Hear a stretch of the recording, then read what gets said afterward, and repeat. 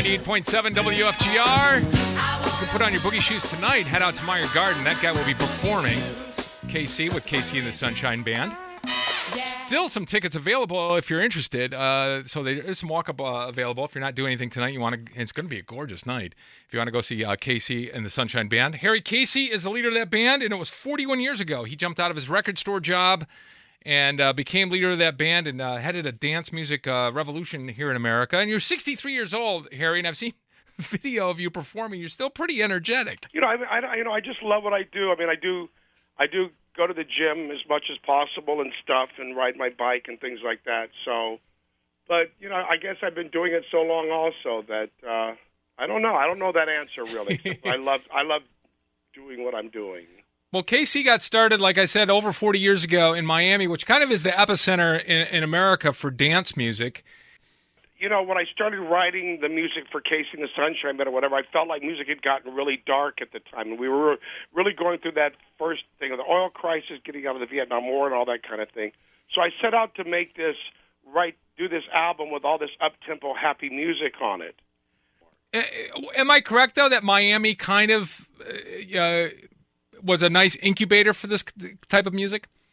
Miami always would have certain songs that were kind of hits here that were not hits anywhere else sometimes or whatever.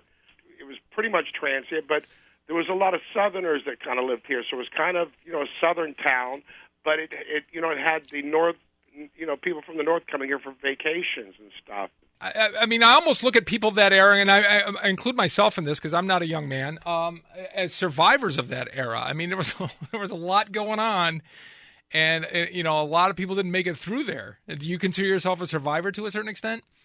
For me, it's kind of crazy because I went a little wacky in the 80s. So, prior to that, I was pretty straight-laced and straightforward, And it was in the 80s that I started doing things in the 80s I think most people do in their teens. Okay. So in my 30s, I was, doing crazy stuff with drugs and stuff, much more than in the 70s or whatever. Okay, so in the 70s, I didn't really touch it at all. It was kind of like after you peaked almost a little bit there. Pretty much. Well, it's also, I wanted to bring up, too, because this week there was a big thing about the anniversary of that disco demolition night in Chicago.